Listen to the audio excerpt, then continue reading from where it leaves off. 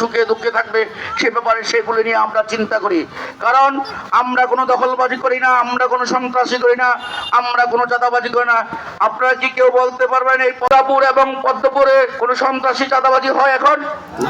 কিন্তু বিগত আমলে এই পদ্মপুরে দুর্গাপুরে চাঁদাবাজি সন্ত্রাসী মাস্তানির জন্য আমার প্রিয় ভাইয়েরা কেউ বাড়ি ঘরে থাকতে পারে, কেউ ব্যবসা বাণিজ্য করতে পারে নাই। তারা সন্ত্রাসী কর্মকাণ্ড করে, চাঁদাবাজি করে, মাস্তানি করে এমন একটা পর্যায়ে চলে গিয়েছিল যার কারণে তাদের নিজের মনের ভয়ের কারণেই তারা এদেশ থেকে দেশান্তরিত হয়ে বিদেশে তাদের প্রভুদের কাছে চলে গিয়েছে। আমি কথা দিয়ে বারবার কেন বলি, আমরা এমন কোনো কাজ করব না যারা শহীদের আদর্শে দল করি। আমরা জনগণের সাথে এমন কোনো আচরণ করব না যাতে জনগণ আমাদেরকে গালি দেয়, জনগণ আমাদের প্রতি কষ্ট পায়। আমি আপনাদের কাছে আশা করব এখানে যারা বিভিন্ন অঙ্গ সংগঠন নেতৃবৃন্দ রয়েছেন, ইউনিয়ন বিএনপি নেতৃবৃন্দ রয়েছেন, আপনারা সব সময় জনগণের দ্বারা যাবেন, জনগণের কথা শুনবেন, জনগণ কি চায় তাদের চেষ্টা করবেন সাধ্যমতো তাদের চাহিদা পূর্ণ করার জন্য।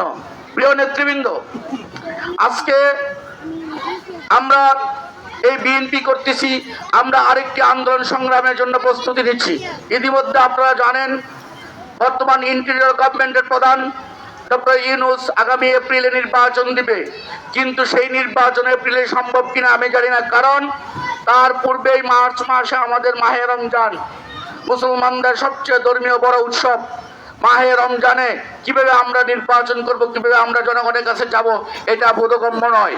তাই আমি আশা করি আমাদের ভারপ্রাপ্ত চেয়ারম্যান জনাব তারেক রহমান ডিসেম্বরের মধ্যে যে নির্বাচন চাচ্ছে, ডক্টর ইউনূস সহ তার উপদেষ্টা মণ্ডলীর বোধোদয় হবে এবং বোধগম্য হবে। তারা অনতি বিলম্বে বাংলাদেশ জাতীয়তাবাদী দল বিএনপি তথা ভারপ্রাপ্ত চেয়ারম্যান জনাব তারেক রহমানের দাবি মেনে নিয়ে আগামী ডিসেম্বর তথা ডিসেম্বরের পূর্বেই নির্বাচন দিতে বাধ্য হবে। সুতরাং নির্বাচন যখনই হোক, আজ হোক, কাল হোক, পরশু হোক, আপনারা আজ থেকে নির্বাচনের প্রস্তুতি নিন।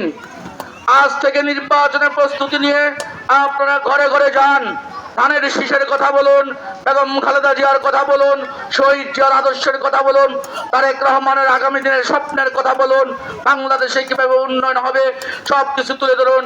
তথা বাঞ্ছারামপুরে শান্তি শৃঙ্খলা বজায় রাখার স্বার্থে আগামী দিনে বাঞ্ছারামপুরে যিনি প্রার্থী হবেন তার কথাগুলো আপনারা তুলে ধরুন জনগণের সামনে। কারণ এখন থেকে যদি আপনারা প্রস্তুতি না নেন, সময় খুব কম, আপনারা ঘরে ঘরে যাওয়ার সময় সুযোগ পাবেন না।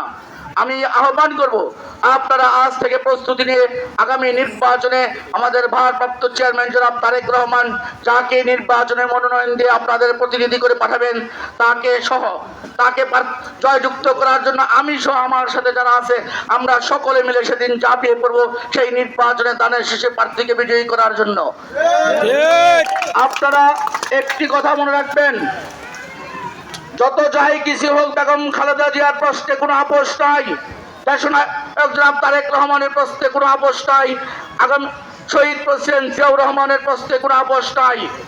শহীদ প্রেসিডেন্ট জিয়াউর রহমান যেমন দেশের জনগণের কথা চিন্তা করতেন, দেশনেত্রী বেগম খালেদা জিয়া আমাদের কথা চিন্তা করে উনি জেল জুলুম নির্যাতন সহ্য করেছিলেন, ঠিক তেমনি আমাদের ভারপ্রাপ্ত চেয়ারম্যান দেশ ও জনগণের কথা চিন্তা করে যে 31 দফা জাতির সামনে তুলে ধরেছেন, যে সংস্কারের রূপরেখা তুলে ধরেছেন, সেই সংস্কারের রূপরেখা বাস্তবায়নের জন্য আগামী নির্বাচনে ধানের শীষে প্রার্থীকে বিজয়ী করে জাতীয় সংসদে সংখ্যাগরিষ্ঠতা আসন নিয়ে বিএনপিকে রাষ্ট্রীয় ক্ষমতা আনতে হবে। তাহলে এই দেশের জাতি স্বপ্ন পূর্ণ বাস্তবায়ন হবে এবং আমাদের স্বপ্ন বাস্তবায়ন হবে।